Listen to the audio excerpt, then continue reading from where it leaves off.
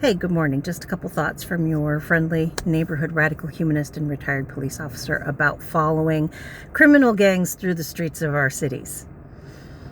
I am not on the ground in one of those cities right now, so I don't know what the local organization is looking like, and I'm not in communication with them. And I know that there are very good reasons why one might be following these gang members very closely, directly behind them, to let them know that they're being observed, to let them know that they're being filmed, to maybe try to keep their attention on the people following them rather than on scooping up children or assaulting people.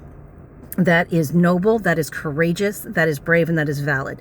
But I do want to say, if you are tailing a criminal for the purposes of gathering information and observing and what they do and who they meet and where they go, that's a different tailing technique. So what you want to do is you want to stay at least a couple car lengths back. Let there be vehicles pass in and out between you, if that's what you're doing. But as soon as you notice that this is a car that contains your suspects, the criminals, the gang members, you take in all of the characteristics. You communicate those characteristics to someone else. The shape of the tail lights, the license plate number, the color, any distinguishing features or marks that you can observe from its exterior. And then you move back as far away from it as you can to keep it well within your sight, but not being conspicuously directly behind it. If you have a person in, the passenger seat and the driver's seat, you will be able to see if from a couple of car lengths ahead of you they turn one way or another, or they change lanes. You'll be able to observe that,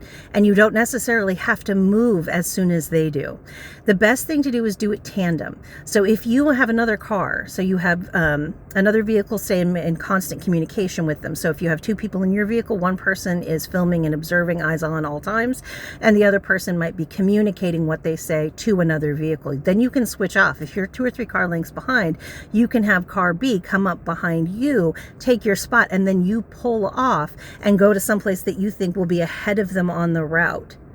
And then you can pick up the tail in another place, or you can be ahead of them where you suspect they're going to go, so that you can be in place to warn people that they're heading your way. And you know that because the person in car B who took over the tail is communicating that information to you.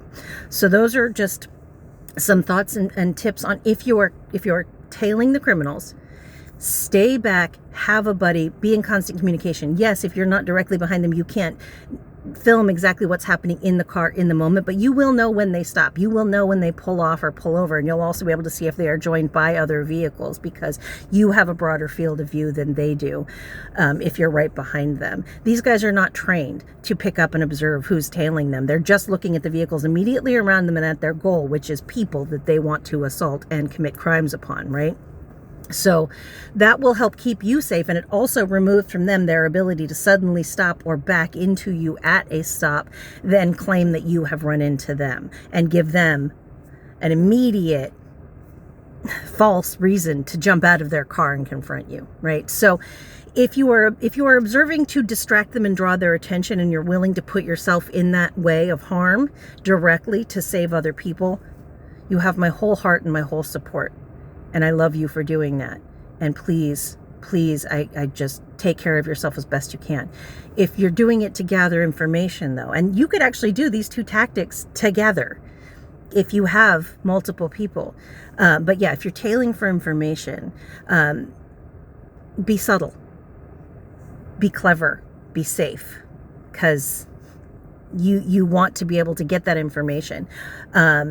Also, if you happen to be out and about and you see one of their vehicles and you're not sure exactly where they're going to go, I'm not suggesting that you put some sort of AirTag or luggage GPS in their vehicle.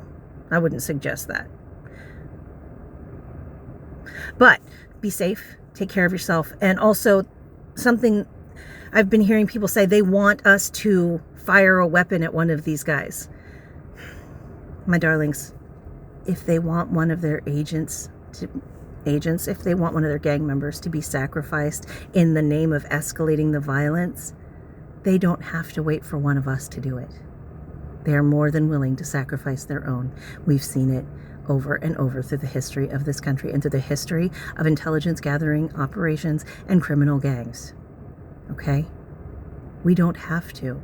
When they're ready to escalate, when they get frustrated enough that they need a martyr on their side, they will make one. Keep that in mind, okay? Please be safe. Stay angry. Take care of each other. Know that I love you, and we will talk soon.